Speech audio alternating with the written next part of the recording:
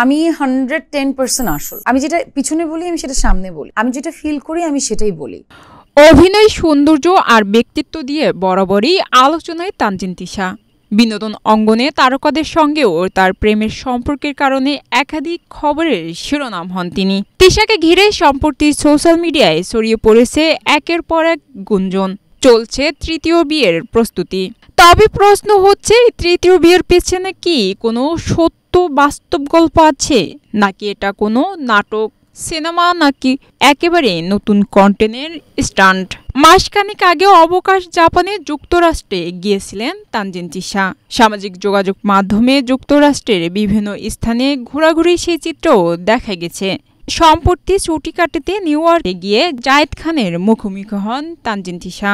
2টা বিয়ে হচ্ছে, 3 নাম্বার বিয়ের অনুসন্ধান চলছে। আর আমার একটা বাচ্চা আছে, যে বাচ্চাটাকে আমি তার দাদির কাছে লুকায় রাখছি। 4 জুলাই শুরু হয়েছে জায়েদ খানের উপস্থাপনায় Friday night with Zayed Khan. এই অনুষ্ঠানে এক পর্যায়ে তিশার কাছে নিজেকে নিয়ে শোনা গুজব নিয়ে জানতে চান জায়েদ। তানজিন তিশা বলেন তার নাকি 2টা বিয়ে হয়েছে এবং 3 নম্বর বিয়ের প্রস্তুতি চলছে। এছাড়াও একটি সন্তানও আছে, সেই সন্তান দাদির কাছে লুকিয়ে রেখেছে, এমন গুঞ্জনও চলছে। অনুষ্ঠানে তানজিন তিশাকে আরও প্রশ্ন করা হয়, 5 বছর পর নিজেকে কোথায় দেখতে চাও? জবাবে তানজিন তিশা বলেন 5 বছরের মধ্যে তিনি সন্তানের মা হতে চান। এসব গুজবের বিরুদ্ধে এবার মুখ খুললেন তিশা নিজেই।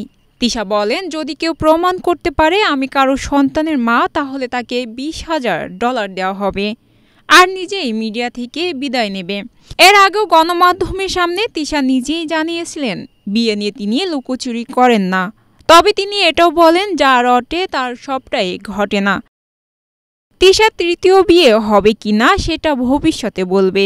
আপাতত গুঞ্জনে জমে উঠেছে বিনোদনের বাজার। সাগরিকা আক্তার, বিনোদন ডেস্ক, এশিয়ান টেলিভিশন।